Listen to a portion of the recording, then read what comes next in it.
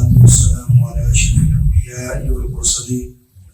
وصلى الله على نبينا محمد وعلى آله وصحبه أجمعين أما بعد.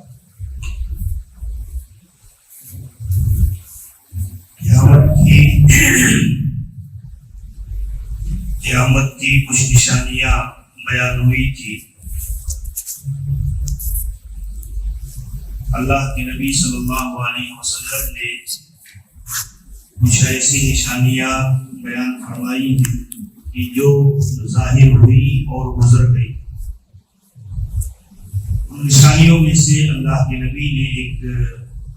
بیان فرمایا فتح بیت المقدس.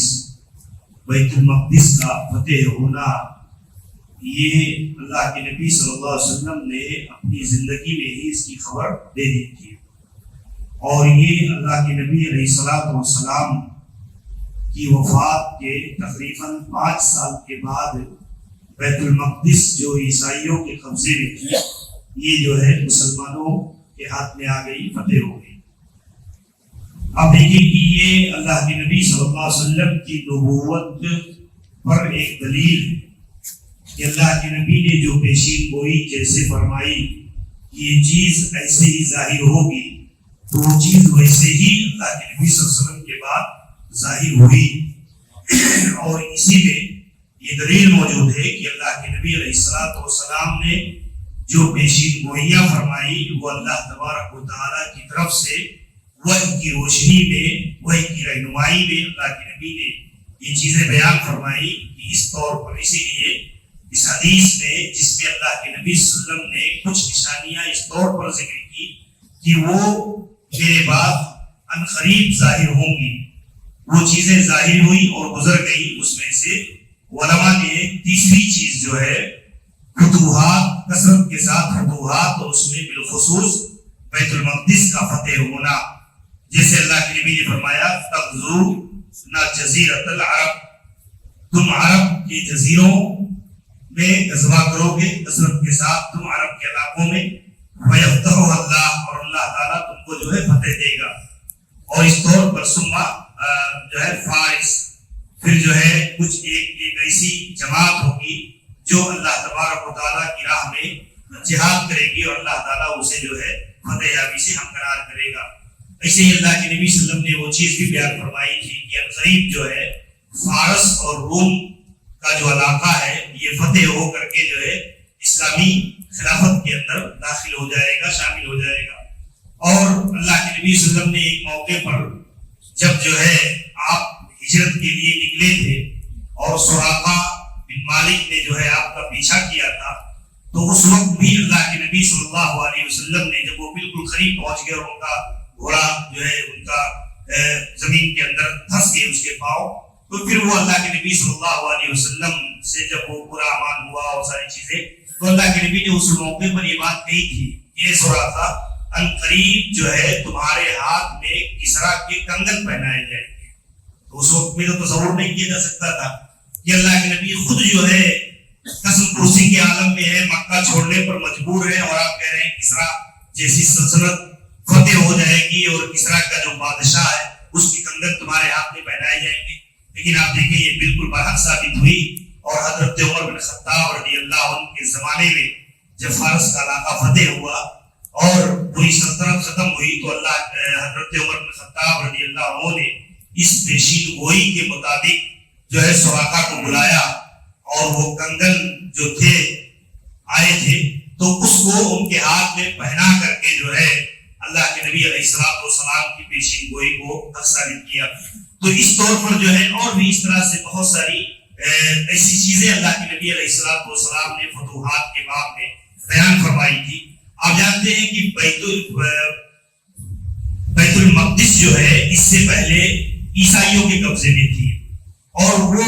حضرت عمر بن خطاب رضی اللہ عنہ کے زمانے میں سن 16 ہجری کے اندر تقریباً جو ہے فتح ہوئی. اور اس میں حضرت ابو عبیدہ بن جراح رضی اللہ عنہ یہ مسلمانوں کے کمانڈر تھے، اور جب انہوں نے اس پورے علاقے کا محاصرہ کیا تو انہوں نے بغیر لڑائی کے جو ہے ایک شرط رکھی کہ اگر مسلمانوں کا امیر المومنین یہاں آتا ہے تو ہم اس کے سپرد کر دیں گے اور اس سے مصالحت کر کے بیت المقدس کو اس کے حوالے کر دیں گے. اور وہ حضرت عمر رضی اللہ عنہ کا جو مشہور سفر ہے آپ نے اپنے غلام کے ساتھ جو کیا تھا باری باری کر کے جو ہے بیت المقدس تک, تو وہ سفر یہی ہے. حضرت عمر رضی اللہ عنہ نے اس طور پر جو ہے اونٹ ایک ہی تھا اور اس پر سواری کرتے, کبھی آپ نکیل پکڑ کر کے چلتے ہو, آپ کا غلام سوار ہوتا, اور کبھی جو ہے آپ سوار ہوتے, غلام نکیل پکڑ کر کے چلتا. اور آپ جانتے ہیں کہ آخر میں جب جو ہے بیت المقدس میں یعنی جو ہے فلسطین میں داخل ہونے کا موقع آیا تو اتفاق ایسا پڑا کہ حضرت عمر رضی اللہ عنہ نکیل پکڑ کر کے چلیں گے اور غلام, لیکن غلام نے اصرار کیا, لیکن اس کے باوجود بھی حضرت عمر بن خطاب رضی اللہ عنہ تیار نہیں ہوئے, بلکہ آپ نے جو ہے نکیل پکڑ کر کے وہاں چلتے رہے اور غلام جو ہے اس پر سوار رہا. تو اس طور پر یہ روایت اگرچہ بعض علماء نے ضعیف قرار دیا ہے, لیکن تاریخی حیثیت سے یہ چیزیں بعض لوگوں نے ذکر کی ہیں. تو اس طور پر پھر عیسائیوں نے جو ہے پوری طور سے حضرت عمر رضی اللہ عنہ, آپ جانتے ہیں یہ بھی واقعہ پیش آیا کہ جب حضرت عمر رضی اللہ عنہ وہاں پہنچے تو حضرت ابو عبیدہ بن جراح رضی اللہ عنہ جو مسلمانوں کے کمانڈر تھے, انہوں نے دیکھا کہ پھٹے پرانے کپڑے, آپ کے کپڑے میں پیوند لگے ہوئے ہیں. تو حضرت عبیدہ بن جراح رضی اللہ عنہ نے کہا کہ امیر المومنین, آپ مسلمانوں کے قائد ہیں, لیڈر ہیں, اور آپ یہاں جا رہے ہیں, ہماری خواہش ہے کہ ہم آپ کے لیے ایک عربی النسل گھوڑا آپ کے لیے رکھیں اور آپ اس پر سوار ہو اور آپ جو ہے شاندار لباس جو ہے زیبتن کریں. لیکن حضرت عمر رضی اللہ عنہ نے ساری چیزوں کو ٹھکرا دیا اور غالباً اسی موقع پر حضرت عمر رضی اللہ عنہ نے کہا تھا کہ ابو عبیدہ, ہم ذلیل تھے, اللہ تعالیٰ نے ہمیں عزت دی ہے اسلام کے ذریعہ سے, اور جب تم دین کو چھوڑ کر, اللہ کے دین کو چھوڑ کر کہیں اور عزت تلاش کرو گے تو اللہ پھر دوبارہ ایسے ہی ذلیل کر دے گا تم کو. اور حضرت عمر رضی اللہ عنہ نے وہ چیزیں گوارا نہیں کی, بلکہ ویسے ہی جو پیمند لگے کپڑے پھٹے پرانے آپ وہی پہن, اور یہ صاحب دیکھیں اتفاق کی عیسائی وہی چیز دیکھنا چاہتے تھے, کیونکہ ان کے یہاں پہلے سے یہ تصور تھا کہ بیت المقدس کو جو فتح کرے گا, جو قائد, جو لیڈر, اس کے کپڑے پھٹے پرانے ہوں گے, ایسے صفات ہوں گے, پراگندہ بال ہوں گے, اس طرح کی. تو یہ ساری صفتیں جو ہے انہیں دیکھنی تھی, اور اتفاق سے وہی چیز حضرت عمر رضی اللہ عنہ نے گوارا نہیں کیا. جب ہو گئے تو حضرت عمر رضی اللہ عنہ نے چند باتیں انہوں نے کی, اور دیکھتے ہی جو ہے پوری چابیاں جو ہے ان کے سپرد کر دیا, کہا جو ہے بغیر کسی لڑائی کے, بغیر کسی جھگڑے کے. تو اس طور پر جو ہے حضرت عمر رضی اللہ عنہ کے ہاتھوں بیت المقدس کا یہ علاقہ فتح ہوا, اور اللہ کے نبی علیہ الصلوۃ والسلام کی پیشین گوئی من معان ثابت ہوئی, جو اللہ کے نبی صلی اللہ علیہ وسلم نے اپنی زندگی کے اندر پیشین گوئی فرمائی تھی کہ قیامت سے پہلے جو یہ قیامت کی نشانیوں میں سے علماء نے ذکر کیا ہے. اور ایسے ہی اللہ کے نبی نے اس حدیث کے اندر جو حضرت عوف بن مالک رضی اللہ عنہ سے کہا تھا کہ جو ہے قیامت سے پہلے 6 چیزوں کو شمار کرو, اس میں اللہ کے نبی نے ایک چیز اور بتائی تھی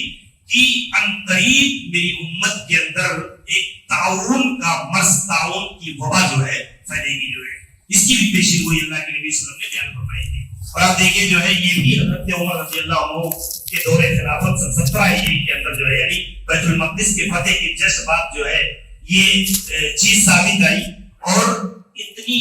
بھیانک قسم کی وبا جو ہے جس کو ہم تعاون امواس کہتے ہیں, تعاون امواس, جس میں تقریباً 25,000 صحابہ اور تابعین جو ہے اس کا لقمہ اجل بنے اور اس بیماری کا شکار ہوئے. جو ہے اب دیکھیں کہ اس کی پیشین گوئی بھی اللہ کے نبی صلی اللہ علیہ وسلم نے بیان فرمائی تھی, اور یہ چیز بھی بنوان صادق آئی. اور جو ہے اس دور میں جب حضرت عمر رضی اللہ عنہ کی دور خلافت کی, اللہ کے نبی ثم مطال یاخذ فیکم کقواس الغنم, عنقریب تمہارے درمیان ایک وبا کے ذریعہ کثرت سے ایسی موتیں وارد ہونے والی ہے جیسے کقواس الغنم, جیسے بکریوں کے ریوڑ کو ایک وبا لگ جاتی ہے تو بکریاں پوری کی پوری ریوڑ صاف ہو جاتی ہے, ایسے ہی جو ہے عنقریب جو ہے اس طرح سے کثرت کے ساتھ موتیں جو ہے ظاہر ہونے والی ہیں. ثم داء یظہر فیکم, پھر ایک ایسی وبا تمہارے اندر بیماری ظاہر ہوگی کہ فیکم یستشہد اللہ بذراریکم, کہ تمہاری ایک پوری ذریت کو, تمہاری ایک پوری نسل کو اللہ تبارک و تعالیٰ اس طور پر اس کے ذریعے سے شہادت کا منصب عطا کرے گا. یوزن کی بھی اموالکم, اور اللہ تعالیٰ تمہارے اموال کو اس کے ذریعے سے پاک کرے گا. یہ اللہ کے نبی صلی اللہ علیہ وسلم نے پیشین گوئی فرمائی تھی. علماء نے اس کو بھی ان نشانیوں میں سے شمار کیا ہے جو ظاہر ہوئی اور ختم ہو گئی. یہ انہی نشانیوں میں سے ہے. قیامت کی وہ نشانیاں ہیں جو اللہ کے نبی علیہ الصلوۃ والسلام نے فرمائی کہ جس کو ہم تعاون امواس کہتے ہیں. تعاون امواس اصل میں یہ جو ہے فلسطین سے قریب میں ہی شام کا ایک علاقہ ہے, وہی ایک چھوٹی سی بستی ہے امواس, اور یہ جو وبا ظاہر ہوئی تھی اسی امواس بستی میں ہی اس کا پہلے ظہور ہوا تھا, اور اسی بنیاد پر یہ تاریخ کے اندر اتنی فیمس ہوئی کہ ہم اس کو تعاون امواس کے نام سے جانتے ہیں. یہ اسی بستی سے اس کا آغاز ہوا تھا, اور اسی بنیاد پر جو آپ دیکھیں اس میں بھی حضرت عمر رضی اللہ عنہ کا وہ کردار موجود ہے عقیدے کا, جو اللہ کے نبی علیہ الصلوۃ والسلام نے فرمایا تھا کہ جب کسی بستی میں وبا پھیل جائے تو تم اس کے اندر عمدن و قصدن داخل نہ ہو.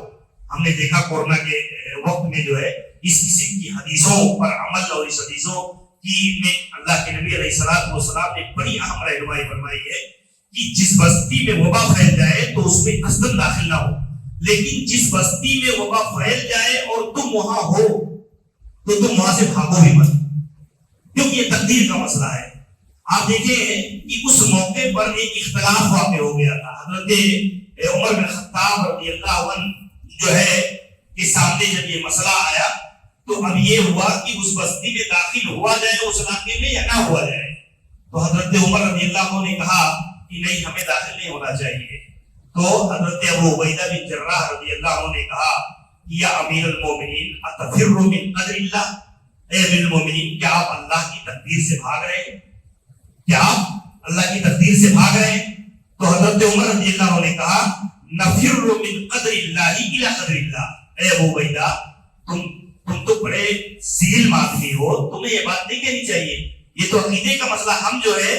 اللہ کی تقدیر سے اللہ کی تقدیر کی طرف ہی جا رہے ہیں, کیونکہ اللہ کے نبی علیہ الصلوۃ والسلام نے ہمیں یہی تعلیم دیا ہے, یہی حکم فرمایا. اور پھر آپ دیکھیں اس موقع پر جو یہ تعاون اور بیماری کی اس علاقے میں داخل نہ ہونے والی حدیث ہے, وہ اتفاق سے اس میں جتنے صحابی تھے کسی کو علم نہیں تھا اس موقع پر. حضرت عمر رضی اللہ عنہ نے استفسار بھی کیا اس معاملے میں کسی کے پاس کوئی حدیث ہے, تو آپ دیکھیں حضرت عبد الرحمن ابن عوف رضی اللہ عنہ جو ہے, جو اتفاق سے اس مجلس میں نہیں تھے, وہ آئے داخل ہوئے اور انہوں نے کہا ہاں میں نے اللہ کے نبی علیہ الصلوۃ والسلام سے حدیث سنی ہے. تو حضرت عمر رضی اللہ عنہ کا جو موقف تھا اس موقف کی تائید میں جو ہے وہ حدیث حضرت عبد الرحمن ابن عوف رضی اللہ عنہ نے بیان کی, اور حضرت عمر رضی اللہ عنہ کو خوشی بھی ہوئی کہ میرا موقف جو ہے سنت کے عین مطابق ہے جو حضرت عمر نے ڈیسیژن دیا تھا. تو اس طور پر آپ دیکھیں کہ اللہ کے نبی علیہ الصلوۃ والسلام نے اس کی بھی خبر دی تھی کہ یہ چیز ظاہر ہوگی اور وہ چیز ظاہر ہوئی. تو یہ جو نشانیاں ہیں قیامت کی, اس میں بہت ساری چیزیں آپ دیکھیں کہ اللہ کے نبی علیہ الصلوۃ والسلام کی جو ہے نبوت اور رسالت کی پختہ دلیل ہے کہ اللہ کے نبی نے جو چیزیں بتائی وہ چیزیں ویسے ہی ظاہر ہوئی جیسے اللہ کے نبی نے بتایا.